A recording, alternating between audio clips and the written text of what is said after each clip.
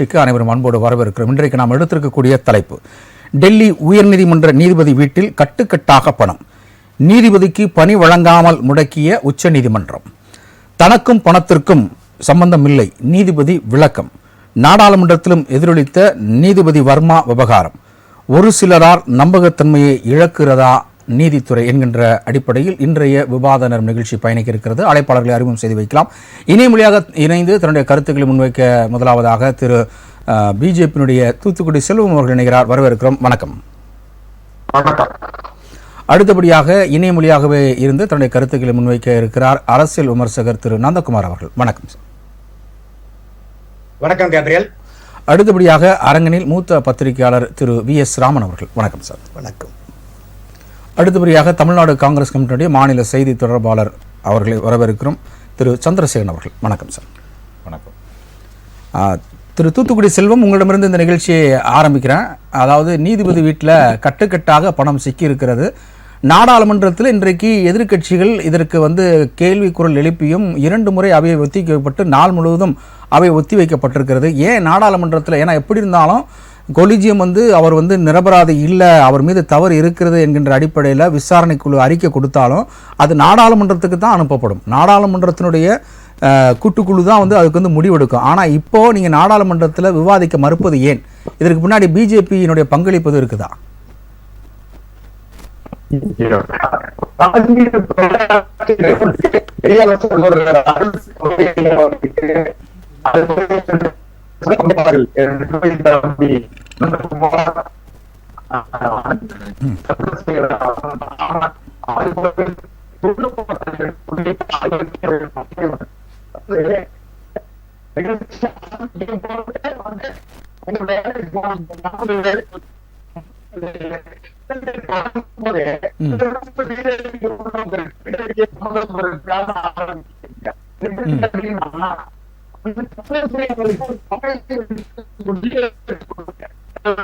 இல்ல இருக்கான்னு தான் கேட்டேன். இருக்குதுன்னு நான் சொல்லல. இருக்கா அப்படின்னு ஒரு கொஸ்டின் நினைச்சேன்.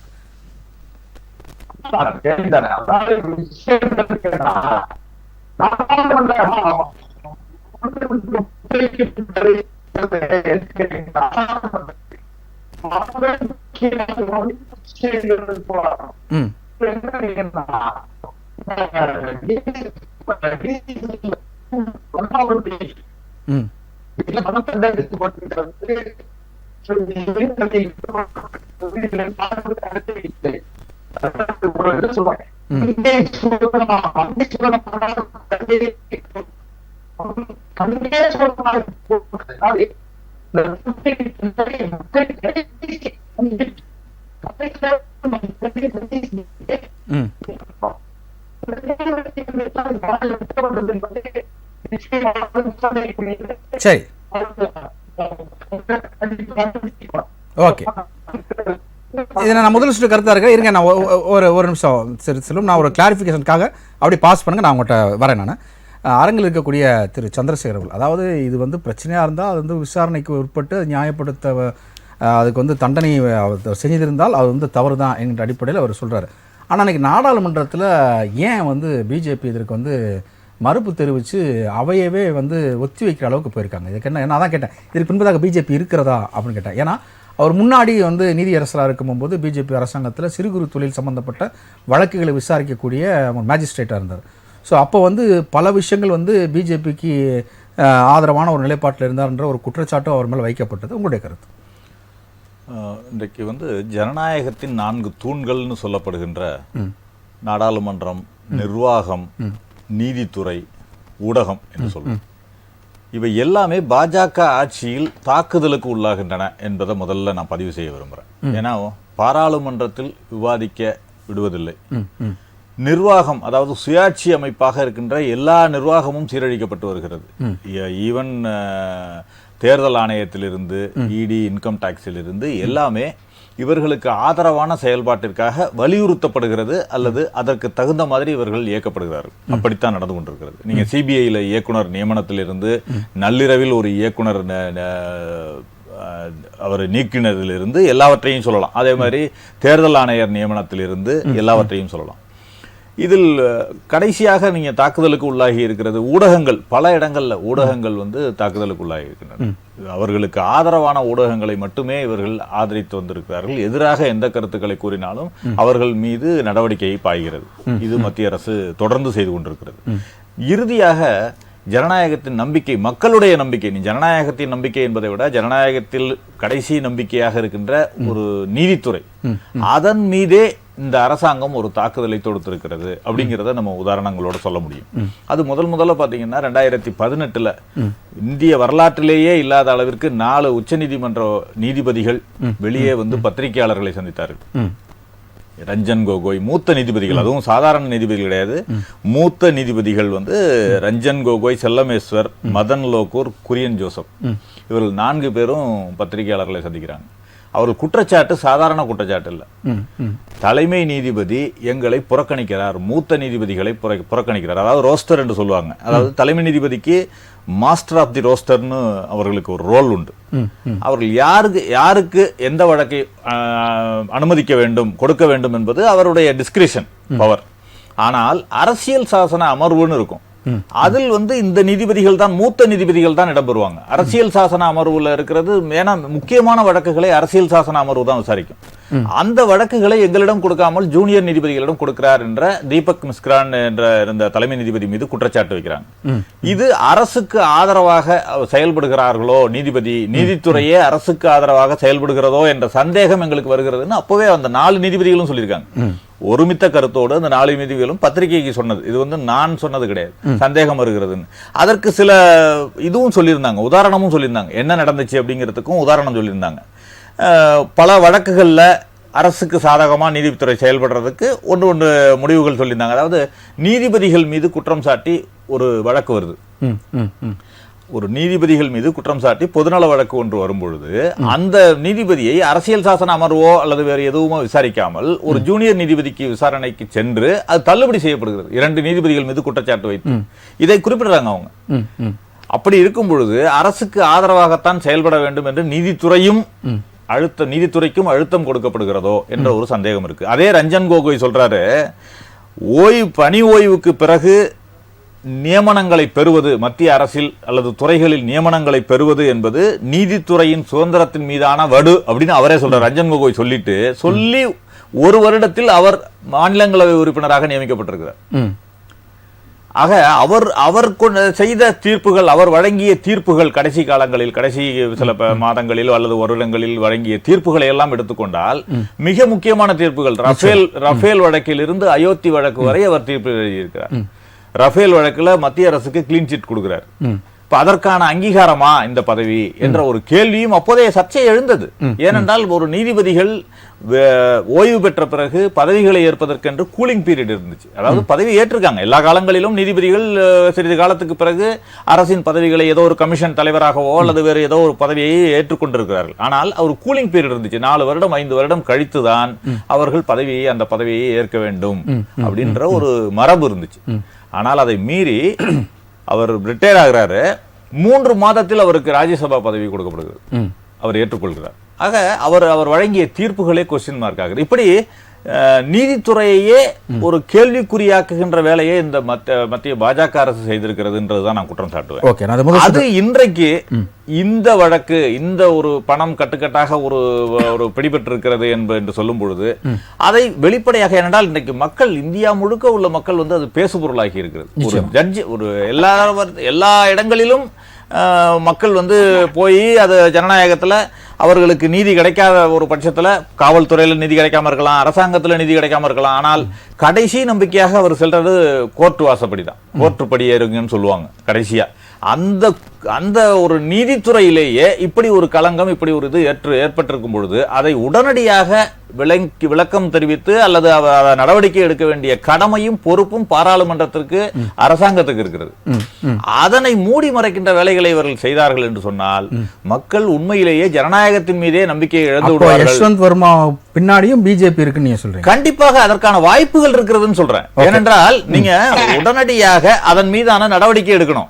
நீங்க இன்றைக்கு பாராளுமன்றம் தான் உங்களுடைய இதுக்கு வந்து ஒரு ஹையஸ்ட் இல்ல, ஹையஸ்ட் அத்தாரிட்டிங்க ஜனநாயகத்துல. ஹையஸ்ட் ஹையஸ்ட் அத்தாரிட்டிங்க. இன்றைக்கு அவர் வந்து இல்லைன்னு மறுக்கிறார், அந்த நீதிபதி மறுக்கிறார். இன்றைக்கு உச்சநீதிமன்ற நீதிபதிகள் கூட குழு போட்டு அவர்கள் ரெக்கமெண்டேஷன் தான் கொடுக்க முடியும். இல்ல இதுல இன்னொரு சந்தேகம் வருது என்ன அப்படின்னா வந்து தீயணைப்புத்துறை தலைமை அதிகாரி வந்து அங்க பணம் இல்ல அப்படின்ற ஒரு விஷயத்த சொல்லியிருக்கிறாரு.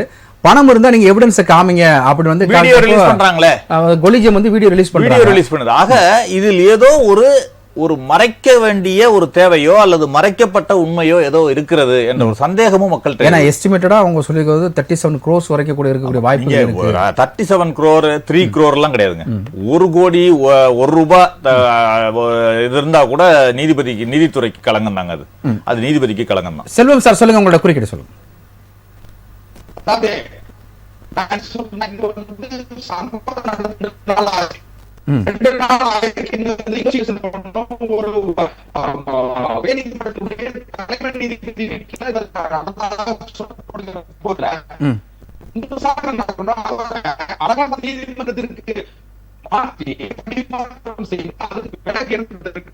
இல்ல அவங்க மாற்றம் செய்யல, கொலிஜியம் பரிந்துரை தான் பண்ணிருக்கு. அதுக்கு அலகாபாத் நீதிமன்றம் வந்து பார் கவுன்சில் கேட்டிருக்கு, எங்க அலகாபாத் நீதிமன்றம் என்ன குப்பை தொட்டியா அப்படின்ற அடிப்படையில கேள்வி முன் வச்சிருக்காங்க.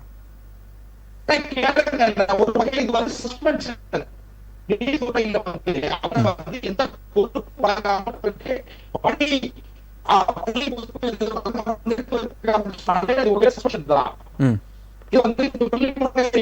வந்து போகும். இன்னொரு விஷயம் எப்படின்னா அது சொன்னாரு சொன்னாங்க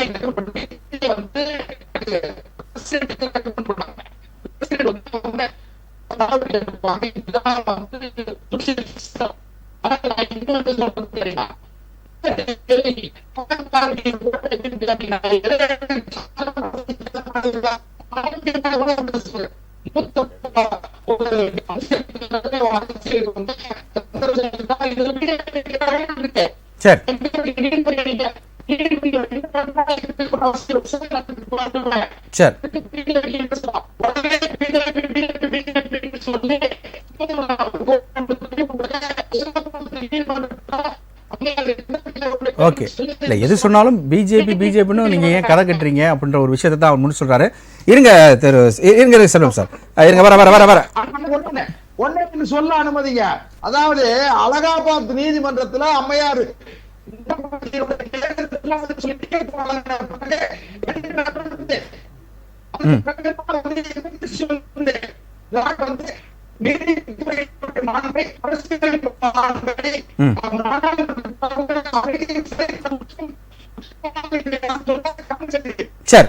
சரி ரைட் ஓகே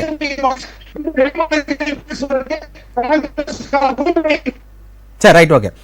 இணைமொழியாக இணைந்திருக்கக்கூடிய திரு நந்தகுமார், உங்கள்கிட்ட வைக்கக்கூடிய ஒரு கேள்வி என்ன அப்படின்னா, இந்த நீதிபதிகளுடைய ஒரு சிலருடைய நடவடிக்கை நம்பகத்தன்மை இழக்கிறதா அப்படின்ற ஒரு விவகாரம் நம்ம கண் முன்னாடி வைக்கப்படுகிறது. ஏன்னா வந்து நீதி தேவதையினுடைய கண்கள் கட்டப்பட்டு கைகளில் திராசு இருந்தது. இப்போது அதை வந்து நம்ம உச்சநீதிமன்ற தலைமை நீதிபதி ஒரு விழாவில் அந்த கண் கட்டியிருந்ததே எடுத்து விட்டார். காரணம் என்ன அப்படின்னா, இருப்பவர்கள் ஏற்றத்தாழ்வோடு இருக்கிறார்கள் என்பது நீதி தேவதைக்கு தெரிஞ்சாதான் அந்த நீதியினுடைய தீர்ப்பு சரியாக இருக்கும் என்கிற அடிப்படையில் சொல்லியிருக்கிறாங்க. இப்போ இந்த கொலிஜியத்தில் ஒரு மூத்த உறுப்பினராக இருக்கிறார் யஷ்வந்த் வர்மா அவர்கள். இப்போ அவர் மீதே வந்து ஒரு சலசலப்பான ஒரு விஷயங்கள் வந்திருக்கு. அவர் என்னுடைய பணம் இல்லைன்றாரு. தீயணைப்புத்துறை தலைமை அதிகாரி பணம் கைப்பற்றப்படவில்லை அப்படின்றாங்க. கொலிஜியம் வந்து பணத்தை வெளியிட்டிருக்கிறாங்க. இன்றைக்கு நாடாளுமன்றத்தில் இதை கொஸ்டினாக கொண்டு போகும்போது பிஜேபி அதுக்கு வந்து, அதாவது நம்முடைய மரியாதைக்குரிய சபை நாயகர் திரு ஓம் பிர்லா அவர்கள் வந்து அதை அனுமதி கொடுக்கல. நாள் முழுதும் அவை ஒத்தி வைக்கப்பட்டிருக்கிறது. இது பற்றி உங்களுடைய கருத்து? இது யாரா இருந்தாலும் நீதிக்கு அப்பாற்பட்டவர்கள் இல்லை, அது நீதித்துறையை சார்ந்தவங்களா இருந்தாலும் சரி. இப்போ இதுல நீங்க சொன்ன மாதிரி அந்த ஃபயர் ஹெட் வந்து பணம் கைப்பற்ற இல்லைன்னு சொன்னது வந்து நான் அப்படியெல்லாம் சொல்லலங்கிறது அவர் மறுப்பு தெரிவிச்சிருக்காரு. அடுத்தது இன்னைக்கு வரைக்கும் இந்த இன்சிடென்ட்டை பத்தி எந்த விதமான எஃப்ஐஆருமே ஃபைல் பண்ணல. அடுத்தது இந்த போலீஸ் கமிஷனர் வந்து நைட் 11:30 வந்து இந்த இன்சிடென்ட் ஆகுது.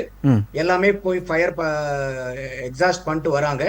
எக்ஸாஸ்ட் பண்ணதுக்கு வந்து அதுக்கப்புறம் அடுத்த அந்த டெல்லியினுடைய ஹைகோர்ட் சீஃப் ஜஸ்டிஸ வந்து அடுத்த நாள் 15ஆம் தேதி சாயந்தரம் 4:30 மணிக்கு தான் அவர் வந்து கான்டாக்ட் பண்றாரு. அப்போ வந்து ஒரு ஹைகோர்ட் ஜட்ஜில நடக்கக்கூடிய இன்சிடென்ட்டை வந்து ஒரு ஹைகோர்ட்னுடைய சீஃப் ஜஸ்டிஸ்க்கு வந்து நீங்க சொல்றதுக்கு இவ்வளவு காலதாமதம் ஏன் நடந்தது? அடுத்தது நீங்க நீங்க அந்த இன்சிடென்ட் வந்து இன்னைக்கு வீடியோ ஷோ அந்த ஷார்ட் பாத்தீங்கன்னா அதுல தீயணைப்பு துறையில இருக்கக்கூடிய ஒரு நபரை தவிர அந்த வீடியோல வேற யாருமே இல்ல. அதத்தான் ஜஸ்டிஸ் வர்மாவும் கேட்கிறாரு, எந்த மாதிரி ஸ்டாஃப்ஸுமே அங்க இல்லையே, வெறும் ஒருத்தர் தான் இருக்காரு. அதே மாதிரி இருந்தாலும் இந்த பணம் எரிக்கப்பட்ட பணம்ங்கிறது வந்து அப்படி இருக்கிறது உண்மையானா அந்த இடத்த வந்து ஏன் வந்து அவங்க வந்து பாதுகாப்பு பண்ணல? இப்ப யாரு வேணா உள்ளார போய் அந்த இன்சிடென்ட் அந்த பகுதியில விபத்து நடந்த பகுதியில் இருக்கிறத யாரு வேணா எடுத்துட்டு போயிடுற அளவுக்கு காவல்துறை வந்து அஜாக்கிரதையா இருந்திருக்காங்களா? அப்படி விடலாமா?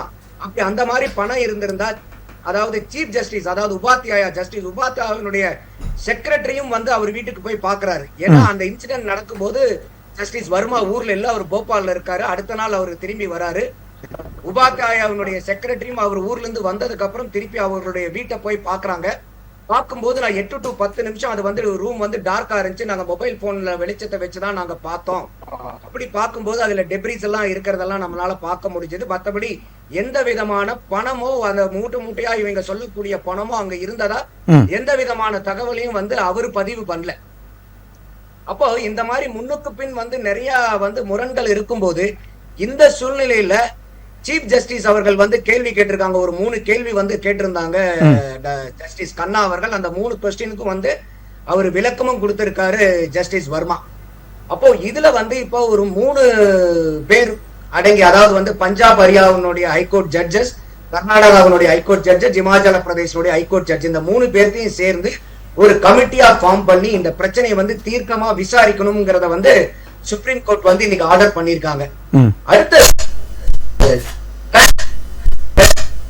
டிரான்ஸ்பர் வந்து திருப்பி அலகாபாத்துக்கு, அதுக்கும் இந்த இன்சிடென்ட்டுக்கும் சம்பந்தம் இல்லைங்கிறத வந்து கொலிஜியம் வந்து ஸ்டேட்மெண்ட் டிக்ளேர் பண்ணிருக்காங்க. அது வந்து பேரலா நடைபெற்று இருந்தது, தனியா போய்கிட்டு இருந்தது ஏற்கனவே. அது வந்து இந்த டைமிங் தான் ஒரு மிஸ் அப்ராப்ரியேட்டா இருக்க ஒழிய இந்த இன்சிடென்ட்னால அவர் வந்து நாங்க அலகாபாத்துக்கு மாற்றுதல் பண்ணல. அது இல்லாம இவருக்கு இந்த கோர்ட்ல இந்த 3 பேர் இந்த கமிட்டி ஃபார்ம் பண்ணி அவங்களுடைய தீர்ப்பு வந்து என்ன ஏதுங்கிறது முழுமையா விசாரிக்கிற வரைக்கும் இவருக்கு வந்து எந்த விதமான ஜுடிஷியல் ஒர்க்லோடுமே கிடையாது. இப்போ அவர் எல்லாத்தையுமே வந்து வித்ஹெல்ட் பண்ணிருக்காங்க. ஜஸ்டிஸ் வர்மா எதையுமே பண்ணக்கூடாது இப்போ. ஏன்னா அவர் வந்து ஒரு குற்றம் சாட்டப்பட்டிருக்காரு, ஆனா குற்றம் நிரூபிக்கப்படல.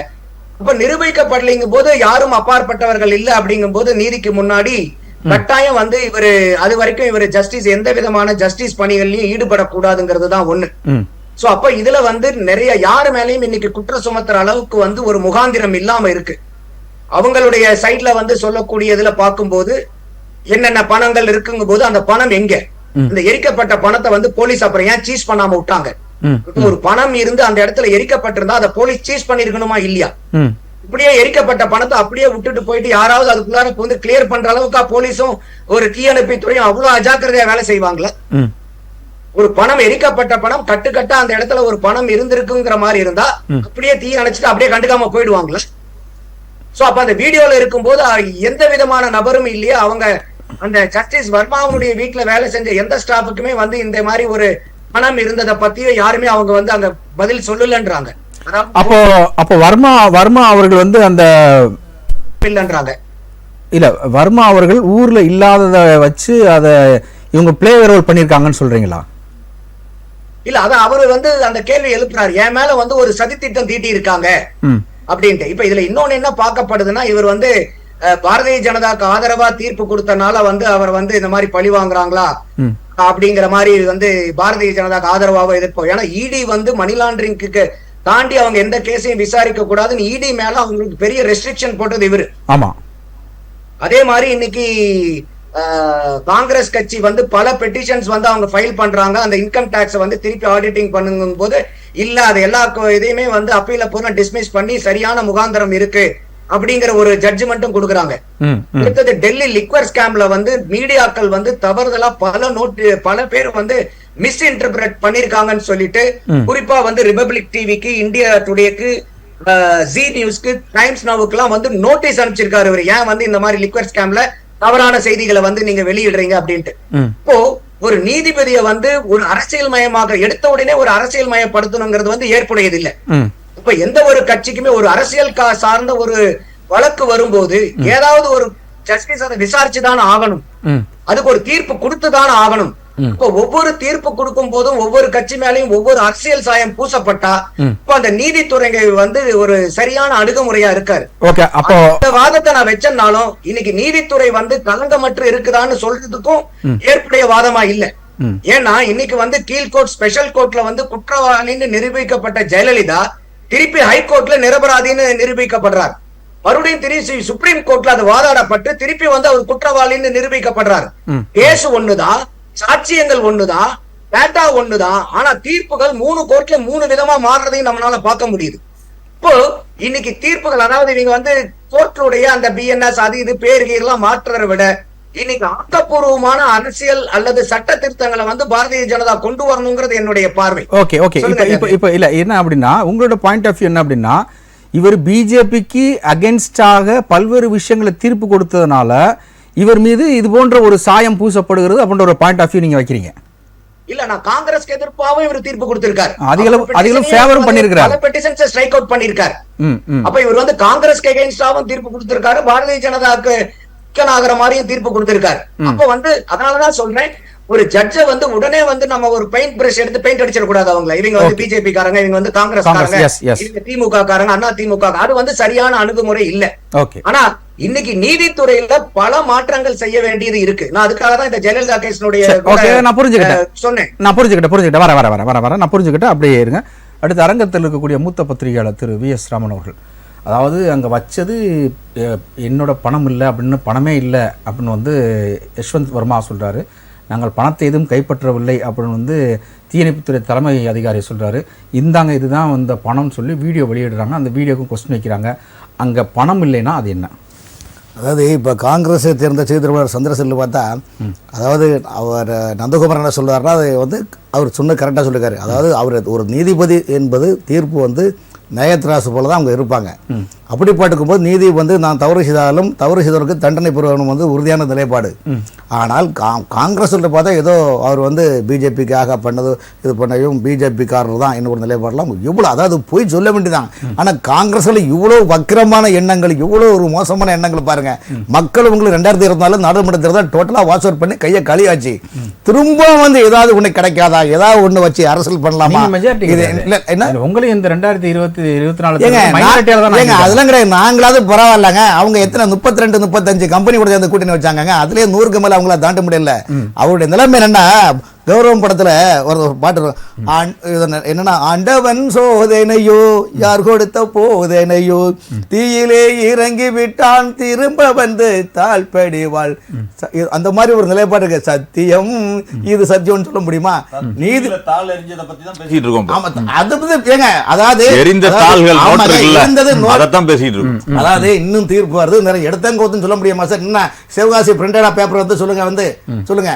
இப்போ வந்து நீதிமன்றத்தை பொறுத்த வரைக்கும் நமக்கு அண்டை நாடு கம்பேர் பண்ணும்போது பாகிஸ்தான் சைனா நாடெல்லாம் கம்பேர் பண்ணும்போது இந்தியாவோட நீதித்துறை சிறப்பாக வழங்குகின்றது. அதிலும் பார்த்தா தமிழ்நாட்டில் பார்த்தீங்கன்னா நிறைய நீதிபதிகள் சிறப்பான நியாயமான. ஒரு சின்ன உதாரணம், 2017 நீங்க பாத்தீங்கன்னா ஓய்வு பெற்ற நீதிபதி அப்ப கிருபாரன் ஒரு நீதிபதி இருந்தாருங்க. அவர் என்ன ஒரு எவ்வளவு தீர்ப்பு கொடுத்த ஒரு தீர்ப்புல வழக்குல என்ன சொல்லிருக்காருன்னா, ஒரு அதாவது லஞ்சம் வாங்கும் மாநிலத்தில் லஞ்சம் வாங்கும் அரசு ஊழியர்களை ஏன் குண்டர் சட்டப்படுத்தல் கைது செய்யக்கூடாது, ஊழியர்களை தண்டிக்கும் வகையில் ஏன் தனிச்சட்டம் வகுக்க கூடாது, அதே போல பாலியல் குற்றச்சாட்டில் ஈடுபவர்களுக்கு அவங்களுடைய ஆணுமையை நீக்கம் செய்யக்கூடிய தண்டனை சட்டம் தனியாக கொண்டு வரணும்னு சொல்லிட்டு எவ்வளவு பெரிய பரபரப்பாக சொன்னாங்க. இதே போல் நீதிபதி கருப்பநாயகம், முன்னாள் நீதிபதி கருப்பநாயகம் தமிழ்நாட்டை சேர்ந்த சென்னையை சேர்ந்த ஒரு சட்டமன்ற உறுப்பினர் நீதிமன்றத்தை அவமதித்தார் என்று அவர் என்ன தண்டனை கொடுத்தாங்க? மகாத்மா காந்தியின் சத்தியசோதனை நூலை மதுரையிலிருந்து படிங்கன்னு சொன்னாரு. அதே நீதிபதி கருப்பநாயகம் அவர்கள் பிரபல திரைப்பட நடிகை ஒருவர் நீதிமன்றத்தை மதிக்கவில்லை என்று சொல்லி சென்னையிலே மதுராவில் பக்கத்தில் உள்ள அவர் ஆதரவற்றோர் மன்னந்தளம் குண்டியோர் மையத்தில் வச்சு நீங்க ஒரு நாள் ஃபுல்லா அங்க இருங்க என்று சொன்னாங்க. அதே போல் நீதிபதி மகாதேவன் அவர்கள், இப்படி நிறைய நீதிபதிகளும் சிறப்பான இது பண்ணியிருக்காங்க. இந்தியாவில் மாதிரி ஒரு சட்ட திட்டங்களை நீதித்துறை வந்து அரசு சாசனத்துக்கு பட்டு தான் செயல்படுகின்றது. ஆனால் வர்மா அவர் என்ன இல்ல, தமிழ்நாடு அளவு பொறுத்த வரைக்கும் நீதிபதி நல்லா தான் இருக்காங்க. தமிழ்நாட்டை தாண்டிட்டா அதாவது இல்ல, இல்ல, தென்னிந்தியாவை இல்ல, தாண்டிட்டா இல்ல சார், நீங்க நீதிபதிகளுடைய நடவடிக்கை ஒரு சில நடவடிக்கை கேள்விக்குறியா இருக்கு. நீங்க இந்த கேள்வி பார்த்தீங்கன்னா ஐஎன்டிஏ கூட்டில இருந்து கேள்வி சந்திரசேகர் சாருடைய அணில இருந்து கேட்கிற மாதிரி இந்த கேள்வி இருக்குது. எப்படின்னா இப்படி கேட்டா நீங்க உடனே சாயம் பூசிடுவீங்க. ஆமா, அதாவது ஆரம்பத்துல சொன்னீங்க இது பிஜேபியினுடைய நிலைப்பாடா, ஒரு நாள் இது பிஜேபிக்கு ஆதரவான ஆளா இருக்கும். இப்படி மாறி மாறி ஒவ்வொருத்த கருத்தை எடுத்து நீதி, அதாவது வர்மா நீதிபதி என்ன சொல்றாரு, இது வந்து என்னை கவிழ்க்க வேண்டும், என்ற பேரை இமேஜை கெடுக்க வேண்டும், யாரோ செய்த சதித்திட்டமாக இருக்கின்றது என்று சொல்லியிருக்கிறாங்க. அதே நேரத்தில் வந்து நீதித்துறையை பொறுத்தவரையிலும் எல்லா இடத்துலையும் யாரோ அதாவது அவங்களுக்கு வந்து குற்றச்சாட்டை நிரூபணம் செய்தால் கூட அவங்கள உடனடியாக வாலண்டரி ரிட்டைர்மெண்ட்டுக்கு போக சொல்றாங்க. ஆனா அதே நேரத்தில் இன்னொரு விஷயம்னா, இன்னைக்கு அரசு துறையில வந்து ஒரு அதிகாரி தவறு செய்தால் அவர்களை விசாரிக்கிறோம். அதே மாதிரி அதே போல நீதித்துறையிலும் விசாரிக்கணும். அப்பதான் மக்களுக்கு உண்மையான ஜனநாயகம் என்ன என்பதை தெரியும். ஏன்னா இன்னைக்கு நீதிமன்றத்தில் வாதாடும் போது என்ன சொல்றாங்க, மை லார்ட், இறைவனுக்கு இறைவன் கைவிட்டாலும் தெய்வம் கைவிட்டாலும் நம்முடைய வணங்கும் குலதெய்வம் கைவிட்டாலும் நீதித்துறை நம்மளை கைவிடாது என்பதுதான் மை லார்ட் என்று நாம் சொல்வதெல்லாம் உண்மை என்று நிலைப்பட்டிருக்கின்றது. ஆகவே நம்முடைய இந்தியா நாடு அரசியல் சாசனம் நீதி தேவனை மிகப்பெரிய நியாயத்தராசு மாதிரி பார்க்கின்றது. அப்படிப்பட்ட நிலைமையில பார்த்தீங்கன்னா இந்த விஷயத்தை பொறுத்தவரையும் கண்டிப்பாக என்ன ஏதென்று இன்னும் நம்ம வந்து நிரூபணம் செய்யவில்லை. ஆகவே தொடர்ந்து அந்த துறையை விசாரிக்கின்ற போது அந்த நிலைப்பாடு எப்படிதான் வரும், அது மாதிரி இதை விசாரிக்கிறதுக்குன்னா லோக்பால் அமைப்பினை உருவாக்கணும். அதெல்லாம் இதுல வந்து இதுக்கும் பிஜேபிக்கு எந்த சம்பந்தம் கிடையாது. சும்மா அப்படியே நாடாளுமன்றத்தில் எடுத்துருக்கலாமே, கொஸ்டின் ஹவர்ஸ்ல எடுத்து விவாதிச்சிருக்கலாம். எப்படி அந்த கேள்வி மணிப்பூர் கேள்வி மாதிரி கேள்வி கேட்கறீங்க. அதாவது இங்க இருந்து அதாவது திமுக காரங்க ஆர்டிகல் 370 கேட்பாங்களா ஜம்மு காஷ்மீர்ல, அங்க என்னன்னு நீ பாக்குறது கிடையாது. அங்க இருந்து இங்க அங்க எதுவுமே தெரியாம இங்க இருந்து கத்துறது. மணிப்பூர் மட்டும் என்னன்னு நீங்க பாக்குறது கிடையாது, இங்க இருந்து ஆஹா ஓஹோன்னு கத்துறது. அதே போல ஒரு நீதித்துறையில என்ன ஏது என்பது விவாதிக்கிறதுக்கு அதுக்கு சில கால நேரங்கள் வேணும். அதுக்காக எல்லா இதையும் ஒரே மன நீதித்துறை நம்முடைய நாட்டு மக்கள் மட்டும் இந்த அரசு மிகப்பெரிய தெய்வத்துக்கு நிகரான. இன்னைக்கு நாடாளுமன்ற உறுப்பினர்கள் என்ன சொல்றாங்க அப்படின்னா, அவர் ஏன் பணம் இல்லைன்றாரு, ஆனால் இதுதான் பணம்னு வந்து கொலிஜியம் வெளியிடுது, தீயணைப்பினுடைய தலைமை அதிகாரி வந்து அங்கே பணத்தை கைப்பற்றல அப்படின்றாங்க. அவர் அந்த வீடியோ வெளியிட்டதுக்கு அப்புறம் வந்து அந்த ஒரு இதுல வந்து பல்வேறு குழப்பங்கள் இருக்குது, கண்டிப்பா விவாதிக்க வேண்டிய ஒரு விஷயம் அப்படின்னு சொல்றாங்க. அந்த குழப்பத்தை கண்டுபிடிக்க அதுக்காக தேவபர்சனை பார்க்க சொல்றீங்களா? தெய்வத்தை வரவழைத்து குறி சொல்லி யார் இதை வைத்தது யார் எடுத்துன்னு சொல்ல முடியுமா சார்? நீதித்துறை நம்ம நம்புறோம், அரசாங்கம் நம்புது, சாமானிய மக்கள் நீங்களும் நம்புறோம், அண்ணன் நம்புறோம், எல்லாரும் நம்புறோம். ஆகவே நீதித்துறை என்ன சொல்லி முன்னாள் அமைச்சர் மரியாதைக்குரிய நிதியமைச்சர் ப சிதம்பரம் அவர்களை சிபிஐ வந்து கைது பண்ணணும்னா செவிரேறி குதிச்சு கேட்டை உடைச்ச கூட ஒரு நாள் இரவுல வந்து நீங்க கைது பண்ணிட்டு வந்துருவீங்க. இது வந்து எல்லாமே வந்து ஃபுல் எவிடன்ஸா இருக்கு. இதுக்கே வந்து பிஜேபி நடவடிக்கை எடுக்க மாட்டேங்குது. அதுதான் அங்க பெரிய பிரச்சனை. தமிழ்நாட்டில் ஜெயலலிதா அம்மையார் ஆளுங்கட்சியாக வந்தவர்னா எதிர்க்கட்சியாக இருந்த கலைஞரை அரெஸ்ட் பண்ணாங்க. அதே மாதிரி கலைஞர் முதலமைச்சர் எதிர்க்கட்சியாக இருந்த ஜெயலலிதா அரெஸ்ட் பண்ணாங்க. அதுக்காக அரசியல் இது வந்து இந்த அரசியலுக்கு அப்பாற்பட்டு தான் கேட்கிறேன். ஆமா, இது வந்து உங்களுக்கு வேண்டப்பட்டவர் என்றால் வந்து நடவடிக்கை அமைதியாக இருக்கிறது. வந்து உங்களை வந்து மூர்க்கமா எதிர்க்கிறாங்க, ஆர்டிகிள் எழுதுறாங்க அப்படின்னா, டிமானிட்டேஷன் பத்தி எழுதுறாங்கன்னா உடனே அமலாக்கத்துறை அனுப்பிச்சு நீங்க வந்து அதிரடி நடவடிக்கை சொல்றீங்களா? அதாவது அண்ணன் கூட சொன்னாரு, பத்திரிகைக்காரங்களை வந்து குரல் விலை நசுக்கின்றன, செய்தி எழுதுனா அவங்க மேல பொய் வழக்கு போடுறாங்கன்னு. சமீப காலமாக தமிழ்நாட்டில் வந்து சமூக ஆர்வலர்களும் பத்திரிகையாளர்களும் எந்த அளவுக்கு நிலைமையை இந்த மாநில அரசு கையாளுதுன்னு உங்களுக்கு தெரியுமா? அப்ப மாநில அரசு அதுக்காக நடவடிக்கை எடுத்தாங்களா சொல்லுங்க. இன்னைக்கு கூட சென்னையில் ஒரு பிரபலமான ஒரு யூடியூபருடைய வீட்டில் வந்து சாக்கடை தண்ணியும் மலத்தையும் கொட்டிட்டு அடிச்சு அந்த ஆளுங்கட்சி தான் காரணம். நான் அதை சொல்லல, அவர் சொல்ற சம்பந்தப்பட்டவர் சொல்றாரு ஆளுங்கட்சி. என்ன இருந்தாலும் அதாவது யாரா இருந்தாலும் ஒரு சட்டம் என்பது நியாயத்தராசா இருக்க வேண்டும், சட்டம் தன் கடமையை செய்ய வேண்டும். அந்த அளவு நிலைப்பாடு இருக்கணுமா வேண்டாமா? அப்படி விட்டு நீதித்துறையில வந்து இப்ப வர்மா அவர்கள் ஏதோ தவறு செய்தது போலையும் அவர் பிஜேபி ஆர்வலர் ஆக அவரை காப்பாற்றுவதற்காக பிஜேபி முட்டு கொடுக்கின்றதா சொல்லி முழுக்க தவறான ஒரு தகவல். இது காங்கிரஸ்காரர்கள் இட்டு சொல்லக்கூடிய ஒரு நடிப்பு நாடகம். நந்தகுமார் சார், நாங்க பேசிட்டு இருக்கும்போது குறுக்கீடு செய்ய விரும்புனீங்க, உங்களுடைய கருத்துக்களை முன்வைக்கலாம். அதாவது இப்ப என்னுடைய கேள்வி என்னன்னா, நான் முழுக்க வந்து நீதித்துறை வந்து ரொம்ப அபரிமிதமா ஆக்ட் ஆயிட்டு இருக்குங்கிறது என்னுடைய ஸ்டேட்மெண்ட் இல்லை. உதாரணத்துக்கு வந்து 66A ஐடி ஆக்ட்னு சொல்லிட்டு காங்கிரஸ் பீரியட்ல வந்து 2009 ஒரு ஆக்ட் கொண்டு வந்தாங்க. அது இன்ஃபர்மேஷன் பிராட்காஸ்டிங் அந்த இதுல அந்த பத்திரிகை துறைகள் எல்லாம் வந்து கொஞ்சம் நெருக்கிற மாதிரி அத வந்து 2015 வந்து பேன் பண்ணிட்டாங்க. அது அந்த சட்டம் வந்து செல்லுபடி ஆகக்கூடிய காலத்துல ஃபைல் பண்ண கேஸ் வந்து 681 கேஸ் இந்த சட்டமா இருக்கிற வரைக்கும். சட்டம் வந்து காலாவதி ஆனதுக்கு அப்புறம் இல்லாத ஒரு சட்டத்தின் பேர்ல 1307 வழக்குகள் பதியப்பட்டுச்சு. இத பூரா விசாரிச்சது யாருன்னா இந்த கோர்ட்டுகள் தான், ஆல் இந்தியா லெவல்ல. இத சுப்ரீம் கோர்ட்டே வந்து 3 தடவை இதை பார்த்து ஷாக்கா எல்லாத்துக்கும் நோட்டீஸ் அனுப்பிச்சாங்க. இப்போ நான் என்ன பாயிண்ட் சொல்ல வரேன்னா, ஒரு சட்டமே செல்லாதுன்னு சொல்லி அறிவிச்சதுக்கு அப்புறமும் ஒரு காலாவதியான சட்டத்தை வச்சு அந்த சட்டம் செயல்பாட்டுல இருக்கும் போது வகுத்த கேஸை விட 2 மடங்கு கேஸ் வந்து அந்த சட்டம் இல்லாத போது கோர்ட்ல பதியப்பட்டு அதையே வந்து நீதியரசர்களுக்கு முன்னாடி வாதாடி இருக்காங்க. இப்ப எந்த அளவுக்கு நம்ம நாட்டுல வந்து சட்ட திட்டங்கள் வந்து சிறப்பா செயல்படுதுங்கிறதுக்கு இது ஒரு அதாவது மோசமா இருக்குங்கிறதுக்கு இது ஒரு எடுத்துக்காட்டு இல்லையா? அப்போ ஒரு இல்லாத சட்டத்தின் மேல பல 1307 பேரை வந்து நீங்க கேஸ ஃபைல் பண்ணி இந்த வக்கீல்கள் வாதாடி கோர்ட்ல ஜட்ஜு வந்து உட்கார்ந்து அந்த விசாரணை எல்லாம் விசாரிச்சு அதுல அந்த 1307 பேர் எவ்வளவு சொல்லனா துயரத்துக்கு ஆள்பட்டிருப்பாங்க. ஏன்னா இன்னைக்கு வந்து ஒரு எக்ஸ்பைரி ஆயிடுச்சுன்னு வச்சுக்கீங்களேன், ஒரு பொருள் வாங்குறீங்க, அந்த பொருளுக்கு வந்து இவ்வளவுதான் காலாவதி, அதுக்கு மேல அந்த பொருளை பயன்படுத்தினாவோ வித்தாவோ நம்ம இன்னைக்கு சட்டத்துல தண்டனை இருக்கா இல்லையா? அப்ப ஒரு காலாவதியான பொருளை விற்கிறதுக்கே ஒரு சட்டத்துல தண்டனை போது ஒரு காலாவதியான சட்டின் பேர்ல வந்து நீங்க 1307 பேருக்கு மேல வழக்கு பதியப்பட்டு கோர்ட்ல வந்து அதை வாதாடி நீங்க பண்ணிருக்கீங்கன்னா இந்த நாட்டுல நம்ம சட்ட திட்டங்கள் எப்படி இருக்கு? அதையும் கேள்வி கேட்க வேண்டிய கட்டாயத்தில் இருக்கும் இல்லையா? ஓகே ஓகே, சொல்லுங்க திரு தூத்துக்குடி செல்வம். அதாவது நம்ம ஜுடிஷியல் சிஸ்டத்தை நான் அப்படியே வந்து சரின்னு சொல்லி ஒத்துக்கிடக்கூடியவன் கிடையாது. அஸ் அட்வொகேட்டா, அஸ் அன் அட்வொகேட் வந்து ரொம்ப டிஃபரா, அதாவது ரொம்ப நிறைய முரண்பாடுகள் எனக்கு உண்டு. ஏன்னு கேட்டீங்கன்னா, இந்த பப்ளிக் ப்ராசிக்யூட்டர்ஸ் இருக்காங்க பாருங்க, கவர்மெண்ட் ப்ளீடர்ஸ் இருக்காங்கல்ல, அவங்க எல்லாருமே ரூலிங் பார்ட்டி எந்த பார்ட்டியோ அவங்க சார்புல அவங்களுடைய ஆட்கள் தான் வந்து பப்ளிக் ப்ராசிக்யூட்டர்ஸ் வந்து கவர்மெண்ட் ப்ளீடர்ஸ் எல்லாம் போடுறாங்க. இதுவே தப்புங்கிறது என்னோட கருத்து. ஏன்னு கேட்டீங்கன்னா, பப்ளிக் ப்ராசிக்யூட்டர் வந்து கவர்மெண்ட் எந்த கவர்மெண்ட் அவர் அந்த கவர்மெண்ட் செய்யற ஆளு, அவர் கவர்மெண்ட்டுக்கு வேண்டிய ஆள், அந்த பார்ட்டி ஆள் வந்து பப்ளிக் ப்ராசிக்யூட்டர் ஆகிறாரு. அந்த அட்வொகேட் வந்து என்ன பண்ணுவாரு, எதிர்கட்சி ஆட்களை ரிமாண்ட் பண்றது கொண்டு வரும்போது அல்லது எதிர்கட்சி ஆட்கள் சம்பந்தப்பட்ட வழக்கு நடக்கும் போது அவர் வந்து என்ன ஆகுவாருன்னு கவர்மெண்ட்டுக்கு ஆதரவா பேசுறேன்னு சொல்லி எதிர்கட்சிய கடுமையா, அதாவது நியூட்ரலைஸா இல்லாம பயஸ்டா இருப்பாரு. அப்படி இருக்கும்போது நீதி எங்க கிடைக்கும்? ஒண்ணு. ரெண்டாவது, நீதித்துறையிலுமே கூட நீதிபதிகள் வந்து மரியாதைக்குரிய தம்பி நண்பர் நந்தகுமார் முதல்ல சொன்னாங்க, ஒரு லோயர் கோர்ட் வந்து ஒருத்தரை வந்து கன்விக்ட் பண்றாங்க, அது அப்பீல் கோர்ட் வந்து அவரை அக்யூட் பண்றாங்கன்னு சொன்னாலே சேம் ஃபேக்ட் தான். அதை டிஸ்கஸ் பண்ணலாம் வித்தியாசமா இருக்கும். தவிர அதை எப்படி நீங்க வந்து எப்படி லோயர் கோர்ட்டுக்கு கமிஷன் கொடுத்து ஹைகோர்ட் அக்யூட் பண்றாங்க, இதுவே முதல்ல வந்து அந்த சிஸ்டமே முதல்ல வந்து கேள்விக்குறி ஆயிடுமா இல்லையா? அதனால நீங்க பெயிலிஸ் ரைட் அது வேற, பெயிலிஸ் எக்ஸம்ஷன் அது வேற.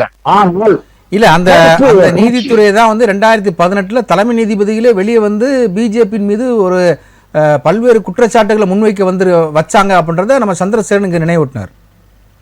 நான் ஒரே ஒரு விஷயம், அது வந்து கொலிஜியத்துக்கு மேல, கொலிஜியத்தினுடைய சிஸ்டம் வந்து அதை வந்து ஜுடிஷியல் அப்பாயின்மெண்ட் மேல, அது மேல வந்து சில பிரச்சனைகள் வந்தது. நீதிபதி ஜஸ்டிஸ் செல்லமேஸ்வரர் அவர் தான் வந்து முதல்ல பிரச்சனையை கிளப்பினாரு. அதனால நீங்க அதை வரல. என்ன சொல்றேன்னு கேட்டீங்கன்னா, இப்போ இதுக்கு முன்னாலேயும் கூட ஜஸ்டிஸ் நம்ம ஹைகோர்ட் ஜட்ஜி வந்து கர்ணன் ஒரு ஜட்ஜ் இருந்தாரு, அவர் மேல அவரை கன்விக்ஷன் கொடுத்து அவரை ரிமைண்ட் பண்ணாங்க. அவர் ஜெயில பிரிசன்ல இருந்தாரு. அவர் ஹைகோர்ட் ஜட்ஜி, ரிட்டையர்ட் ஹைகோர்ட் ஜட்ஜி, அவருக்கு ஜெயில இருந்தாரு. அதுக்கு முன்னாடி நீங்க உங்களுக்கு ஒரு நினைவுபடுத்த சொல்றேன், ராமசாமின்னு ஒரு ஜஸ்டிஸ் ராமசாமி சுப்ரீம் கோர்ட் ஜட்ஜா இருந்தார். அவர் மேல இம்பீச்மெண்ட் கொண்டு வந்து நடவடிக்கை எடுத்தாங்க. அவர் பிற்காலத்துல வந்து ஒரு அரசியல் கட்சி சார்பில் தேர்தலில் கூட நாடாளுமன்ற தேர்தலில் போட்டியிட்டு தோற்று போனார். அதெல்லாம் வேற. நான் எதுக்காக சொல்ல வரேன்னு கேட்டீங்கன்னா, அவர்லாம் ஒரு பிரபலமான குடும்பத்தை சார்ந்தவர். நான் யாரும் சொல்ல விரும்பல. அதுக்கு நான் அது எதுக்காக சொல்ல வரேன்னு கேட்டீங்கன்னா, இந்த சிஸ்டத்தை மாற்ற வேண்டிய நேரம் வந்திருக்கு. அதுக்காகத்தான் இப்போ நாம என்ன பண்றோம், இப்போ மரியாதைக்குரிய பிரதமர் நரேந்திர மோடி அவர்கள் இது வந்து வெள்ளக்காரர்கள் 1869 1872 அந்த காலங்கள் உள்ள அந்த சட்டங்களை மாற்றி இப்போ முறைப்படுத்தணும்னு சொல்றாங்க. கொஞ்சம் நான் இன்னொன்னு என்ன கேட்டீங்கன்னா, தண்டனை கடுமையான குற்றமை குறையும். அதுக்கு நோ ஒன்னு செவலாம் அல்ல, யாருமே சட்டத்துக்கு மேம்பட்டவர்கள் இல்லை. அதனால அதுல நீதிபதிகளே உள்ளடக்கியவர் தான். ஜனாதிபதியே உள்ள வச்சா ஜனாதிபதி அதுக்கு வந்து நீதிக்கு உட்பட்டவங்க தான். அதனால இப்போ என்ன கேட்டீங்கன்னா, இந்த ஜஸ்டிஸ் சர்மா இருக்காங்க பாருங்க, அவங்க வந்து தெளிவுபடுத்த வேண்டிய கடமை நிறைய அதுல நிறைய கொஸ்டின் இருக்கு. தம்பி நம்ம இந்த நந்தகுமார் ரொம்ப அருமையா சொன்னாங்க, வந்து இப்ப பார்லிமெண்ட் ஸ்டேஜ் என்கொயரி போயிட்டு இருக்கு. அது நிறைய அந்த என்கொயரியிலேயே கூட அந்த நோட்டுகள் ஒதுக்கப்பட்ட நோட்டுகள் எங்க இருக்கு, அந்த தடயங்கள் எல்லாம் யாரும் அழிச்சிட்டாங்களா இருக்கா இல்லையா, இன்னொரு விசாரணை எல்லாம் போக வேண்டியிருக்கு. அதே நேரத்துல ஒரு ஹைகோர்ட் ஜட்ஜி, அதுவும் சீஃப் ஜஸ்டிஸ் ஆஃப் ஹைகோர்ட்டுடைய வீட்டுக்குள்ள போறது சாதாரண போயிட முடியாது. வீட்டுக்குள்ள போகணும், அந்த கேமரா சிசிடிவி புட்டேஜ்ல இருந்து அது எஸ்கார்ட்ல இருந்து நிறைய பேர் வந்து அவங்க எப்பவுமே இருப்பாங்க. எஸ்கார்ட்ல வந்து கேட்டீங்கன்னா 7+1 வந்து எஸ்கார்டு எப்பவுமே இருப்பாங்க. அதனால வந்து இது என்ன நடந்திருக்கு, என்ன மர்மம்ங்கிறத நீங்க இந்த ஒரு 4 நாள் நம்ம வெயிட் பண்ணித்தான் ஆகணும். 4 நாளுக்குள்ள நான் ஒரே ஒரு விஷயம் என்ன கேட்டீங்கன்னா சார், இப்போ இது தொடக்க நிலை. அப்புறம் ஏறக்குறைய ஒரு நீதிபதிய சஸ்பெண்ட் பண்றதை விட அவருக்கு பொறுப்பே கொடுக்காம வைக்கிறது அவருக்கு கொடுக்கிற தண்டனை தான். சரி தம்பிதா நண்பர் நந்தகுமார் ஒத்துக்கிறவான்னு நான் நினைக்கிறேன். அவருக்கு எந்த பொறுப்பும் கொடுக்காம அவரு வந்து ஜுடிஷியல் என்கொயரி எதுவுமே பண்ணக்கூடாது, என்கொயரி கண்டக்ட் பண்ணக்கூடாது, கோர்ட் ஹியரிங்கு போகக்கூடாது, கோர்ட்டுக்கு போகக்கூடாது சொல்றதே அவருக்கு கொடுக்கிற தண்டனை தான். அதனால நான் நீதிபதி அவர் மீது நிறைய சந்தேகங்கள் இருக்கு. அவருமே வந்து முறையா தெளிவுபடுத்த வேண்டிய கடமைகள் இருக்கு. கொலிஜியத்துல இல்ல, கொலிஜியத்துல இருந்து கொலிஜியம் ஜுடிஷியல் அப்பாயின்மெண்ட் எல்லாமே மாறணும். நீங்க பப்ளிக் ப்ராசிக்யூட்டர் அதுல இருந்து கவர்மெண்ட் லீடர்ல இருந்து அட்வொகேட் ஜெனரல்ல இருந்து அட்டார்னி ஜெனரல்ல இருந்து எல்லாத்தையுமே நீங்க மாத்திரா மட்டும்தான். இன்னும் இது வந்து இன்னொரு விஷயமும் ஒண்ணு கேட்டுக்கிடுங்க. சரி பேசலாம் இருங்க ஒரு நிமிஷம் சார், ஒரு செய்தியை முடிச்சிடறேன். ஜுடிஷியல் அப்பாயின்மெண்ட்ல இருந்து எல்லாவற்றையும் மாற்றுவதற்கு சரியான ஒரு நேரம் இப்ப வந்திருக்கு. இந்த டிபேட் பயன்படுத்தி ஜுடிஷியல் சிஸ்டத்தை மாற்றினா நல்லதுங்கிறது என்னோட ஒரு வழக்கறிஞர் என்னுடைய கருத்து. ஓகே, திரு சந்திரசேகர், நம்ம செல்வம் சொல்கிற கருத்தை நீங்க யார் தவறு பண்ணாலும் தவறு தான், அந்த கொலிஜியம் சிஸ்டத்தை மாற்றணும். நீங்க ஆரம்பத்தில் சொன்னீங்க, கொலிஜியத்திலேருந்து இடியிலேருந்து எலெக்ஷன் டிபார்ட்மெண்ட்லேருந்து கமிஷன்லேருந்து எல்லாமே வந்து பிஜேபியினுடைய கையில் தான் இருக்குது அப்படின்னு. இப்போ ஒரு கொலிஜியத்தை மாற்ற வேண்டிய ஒரு சூழ்நிலைமை வந்திருக்கு அப்படின்னா வந்து அது பிஜேபிக்கு சாதகமான ஒரு சூழலா இல்ல வந்து பிஜேபிக்கு அசாதாரணமான ஒரு சூழலா? சாதகமான சூழல் தான். இப்ப என்ன, இப்பவே மோதல் என்ன, உச்சநீதிமன்றத்துக்கும் மத்திய அரசுக்கும் ஒரு பனிப்போர் இருக்குன்னே சொல்லலாம். என்னன்னா, கொலிஜியம் பரிந்துரைக்கின்ற நீதிபதிகள் பட்டியலை இவர்கள் நிராகரிக்கிறார்கள், கடைசியாக நிராகரிக்கப்படுகிறது. அவர்களுக்கு வேண்டிய நீதிபதிகள் நியமனம் செய்யப்படுகிறார்கள் என்ற ஒரு பனிப்போர் மோதல் நடந்து கொண்டிருக்கு. தமிழ்நாட்டில் பல்கலைக்கழக துணைவேந்தர் நியமன விவகாரம் போல அது மாதிரிதான், அது மாதிரி நடந்துகிட்டு இருக்கு. நீங்க எல்லா இடங்களிலும் பாஜகவிற்கு ஆதரவான நீதித்துறை வரைக்கும் அவங்களுக்கு சாதகமா நிறைய பாயிண்ட் அது மாதிரி அவங்க பேசும்போது நான் உங்களுக்கு பாயிண்ட் எடுத்து கொடுத்திருக்கேன். இரண்டு விஷயங்கள் நான் சொல்றேன். இதுல நீதித்துறை அப்படின்னா எல்லோரும் மதிக்கப்பட வேண்டிய ஒரு துறை. மக்களால் அதுதான் ஒரு கோவிலாக, ஜனநாயகத்தின் கோவிலாக மதிக்கப்பட வேண்டிய துறை. இதுல 2 விஷயங்களை பார்க்கிறோம். ஒன்று நீதித்துறைக்கான அழுத்தம், இரண்டாவது நீதித்துறைக்கான மரியாதை. நீங்க இரண்டையுமே இவர்கள் குலைத்துக் கொண்டிருக்கிறார்கள் நான் சொல்லுவேன். ஏன்னா நீதித்துறைக்கான மரியாதைன்னு நீங்க சொல்றீங்க, நீதித்துறையை நாங்கள் மதிக்கிறோம் என்று அரசாங்கம் சொன்னதென்றால், நீதித்துறையால் தீர்ப்பு அளிக்கப்பட்ட பலவற்றை வந்து இவங்க அவசர சட்டம் போட்டு மாற்றாங்க. 1-2 விஷயங்களை சொன்னோம்னா, டெல்லி அதிகாரம் சம்பந்தமாக, கவர்னர் அதிகாரம் சம்பந்தமாக உச்ச நீதிமன்றம் தீர்ப்பு வழங்குது.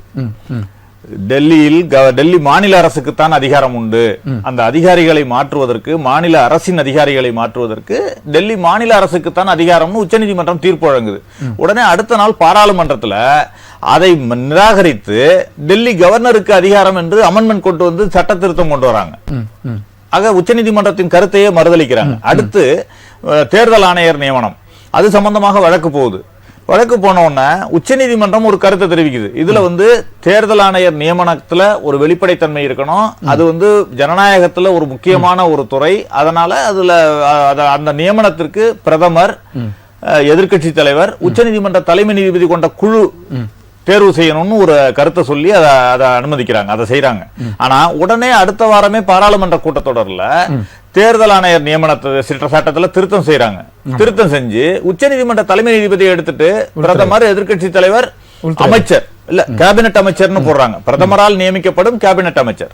அப்படின்னா என்ன, 2:1. ஆக தேர்தல் ஆணையர்களும் இவர்களால் நியமிக்கப்படுகிறார்கள். அப்படி என்றால் தேர்தலும் இவர்களால் மத்திய அரசால் நடத்தப்படுகிறது.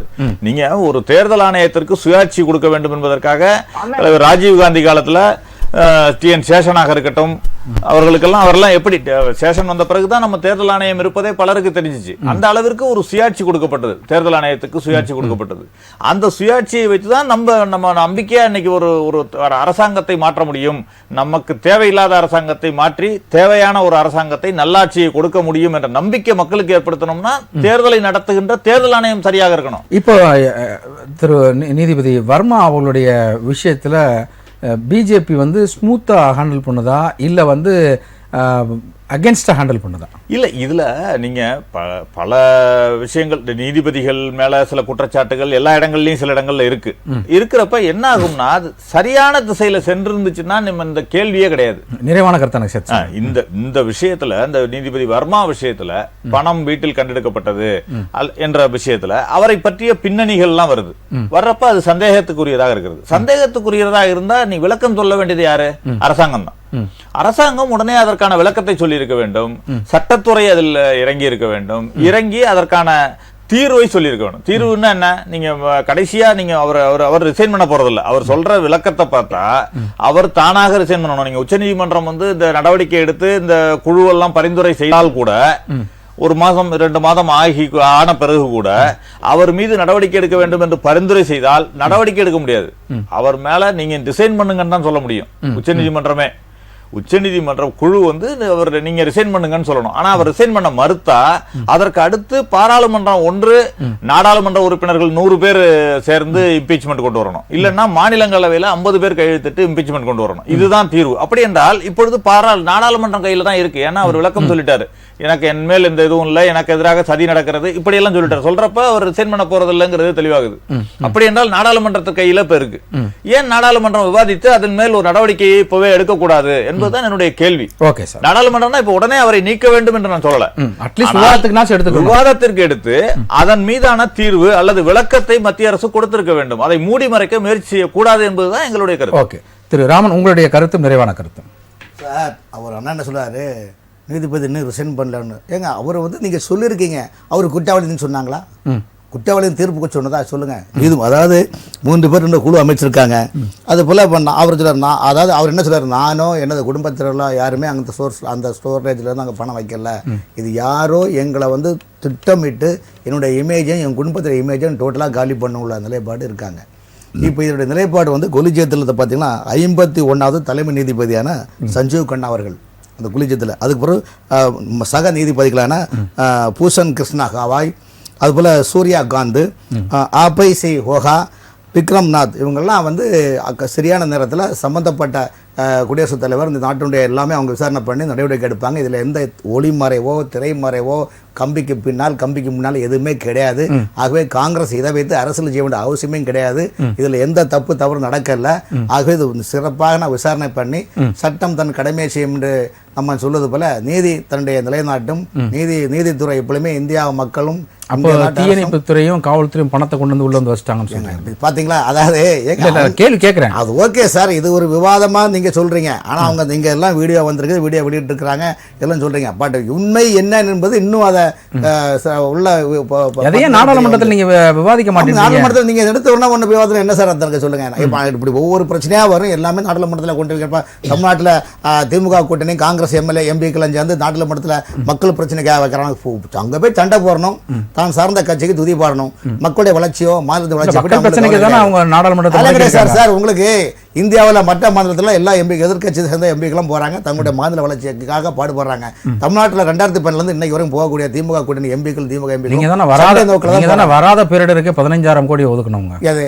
இதெல்லாம் அதாவது ஒரு இதற்கான விவகார விஷயங்கள் சிறப்பாக தரவுகள் எல்லாமே நீதித்துறை அமைச்சர் ஏற்கனவே மத்திய நீதித்துறை அமைச்சர் சொல்லியிருக்கிறாங்க. சும்மா நம்ம திரும்ப அரைச்சமே அரைக்கக்கூடாது சார். வந்து ஆகவே வர்மா அவருடைய இந்த குற்றச்சாட்டு அவங்க பண்ணிருக்கு. நிச்சயமாக நீதிமன்றம் விசாரித்து தக்க நடவடிக்கை எடுப்பாங்க. இது அதுக்காக பிஜேபியை ஒட்டுமொத்த குற்றவாளி என்பது சொல்லி அவங்க சப்போர்ட் பண்றாங்களோ என்பது முற்றிலும் தவறான ஒரு நோக்கமாகும். ஓகே திரு நந்தகுமார், உங்களுடைய நிறைவான கருத்து.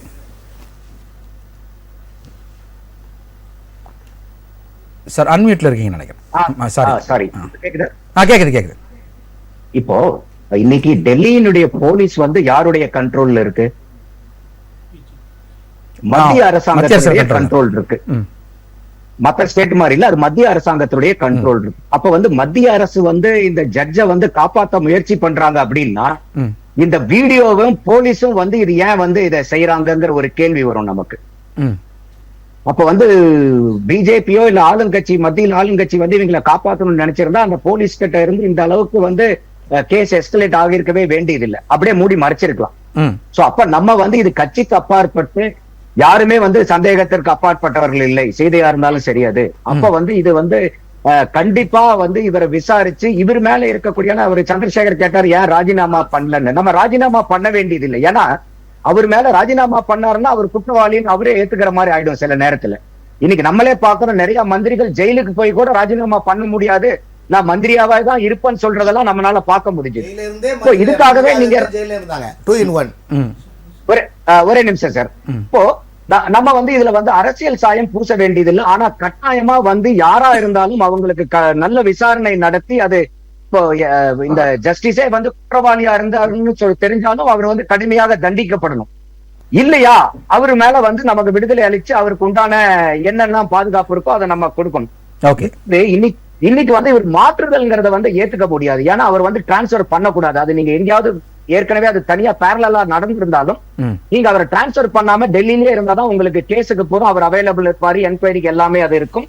அடுத்தது வந்து இன்னைக்கு யாருடைய வீடியோல வந்து யாருடைய கேமரால அந்த வீடியோ எடுக்கப்பட்டது, அந்த வீடியோ அந்த கேமரா யாருன்னு பார்த்து அதை வந்து நீங்க ட்ரேஸ் பண்ணணும். அடுத்தது வந்து கமிஷனர்கிட்ட அவங்க கால் ரிப்போர்ட்டும் ஐபிடிஆர் ரிப்போர்ட்டும் கேட்டிருக்காங்க, கால் ரிப்போர்ட் கொடுத்துட்டாங்க. இன்னும் ஐபிடிஆர் வந்து இந்த ரெண்டு இன்ஃபர்மேஷனுமே கடந்த 6 மாசத்துக்கு செப்டம்பர் மாசத்துல இருந்து கேட்டிருக்காங்க, யார் யாரெல்லாம் இவர்கிட்ட வந்து என்னென்ன மாதிரி தகவல்கள்லாம் பரிமாறப்பட்டதுன்னு. அதோட வந்து இவர் ஜட்ஜா இருக்கனால சாதாரண ஆட்கள் வீட்லயே வந்து சிசிடிவி கேமரா இருக்கு.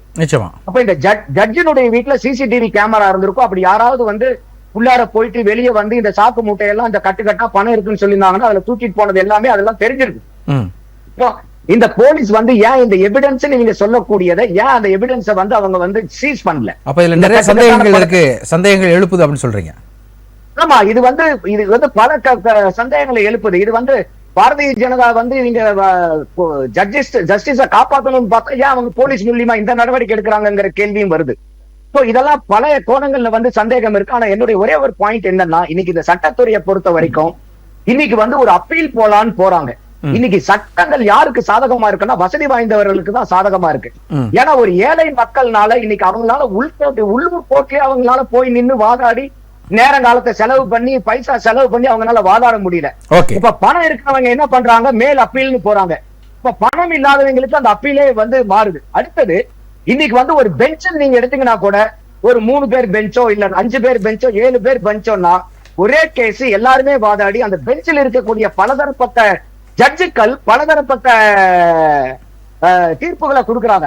தீர்ப்புகள் வெறும் சட்ட அடிப்படையில் மட்டும்தான் இருக்கா, இல்ல ஒரு தனிப்பட்ட மனிதனுடைய பார்வையிலையும் அந்த சட்டம் வந்து வகுக்கப்படுது.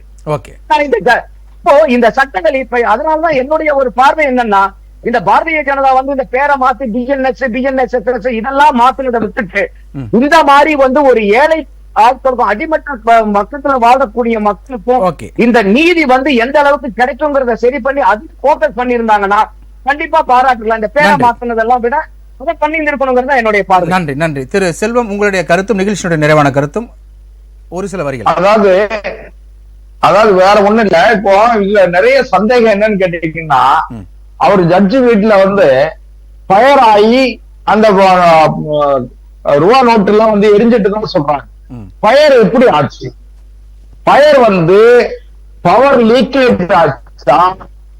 அதாவது இன்னும் அதுல நிறைய விஷயங்கள் வந்து எதுல என்ன கேட்டீங்கன்னா,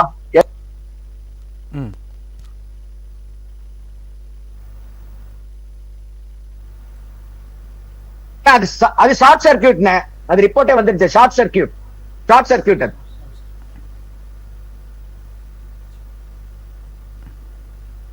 திரு செல்வம், உங்களோட வாய்ஸ் கேட்கல, மியூட்ல இருக்கா?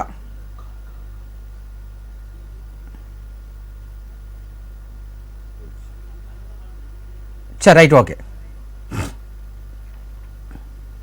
ஓகே திரு செல்வம், நீங்கள் சொன்னதை நாங்கள் உள்வாங்கிக்கிட்டோம். இது வந்து கண்டிப்பாக இதுக்கு பின்னாடி பிஜேபி இல்லை என்கின்ற அடிப்படை வாதம் உங்களுடைய வாதமாக இருக்குது.